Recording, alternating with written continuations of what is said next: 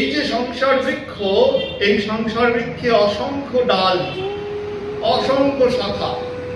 ভগবান বললেন কিছু শাখা উপর দিকে, কিছু শাখা নিচের দিকে।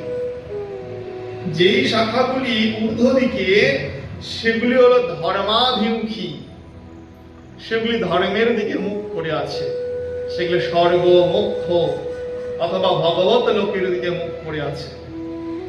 আর কিছু শাখা আছে নিচের দিকে, অধঃশাখ, যেই শাখাগুলি হলো নরকাভিমুখী, যেই শাখাগুলি পাপের দিকে মুখ করে আছে, নরকের দিকে মুখ করে আছে, বুঝেছে শাখা।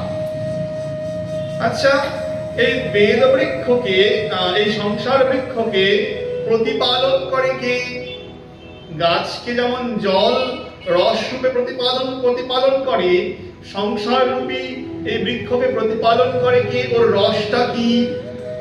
বললেন সত্যগুণ, রজগুণ এবং তমগুণ হলো ওর প্রতিপালক। গুণত্রয়ের দ্বারা এই সংসার বৃক্ষ প্রতিপালিত হয়। গুণ প্রবৃদ্ধা, গুণত্রয়ের দ্বারা এই সংসার বৃক্ষ প্রতিপালিত হয়। গুণ ছাড়া তো চলে না, আমরা আগে শুনেছি, গুণ ছাড়া এই জগৎই চলে না।